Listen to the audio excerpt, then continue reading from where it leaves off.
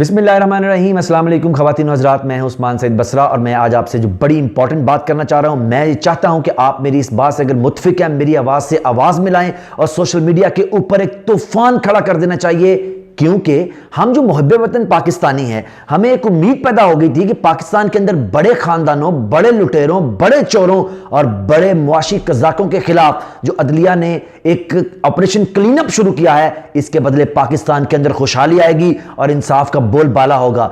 लेकिन जो चेयरमैन नैब हैं, आज उन्होंने वो काम किया है कि अगर हमने उनके खिलाफ आवाज ना उठाई तो पाकिस्तान के नेशनल मीडिया पे भी कोई आवाज नहीं उठाएगा।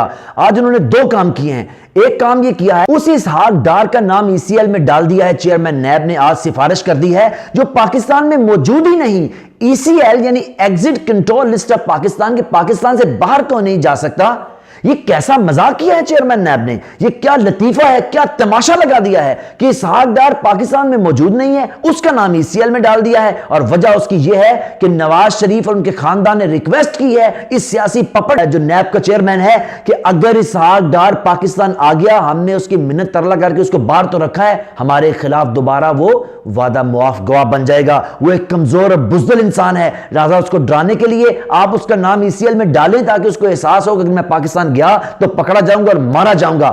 तो जो मौजूद नहीं है उसका नाम ईसीएल में डाल दिया है, और उसी केस के अंदर, उसी डाके, उसी चोरी, उसी रॉबरी, उसी मुआशी कज़ाकी के अंदर जो दूसरे फरीक हैं, यानी नवाज शरीफ और उनकी बेटी, उनको आज इसी नैब के चेयरमैन के हुक्म से और उसकी अदालत ने कहा है कि आप बाहर चले जाएं।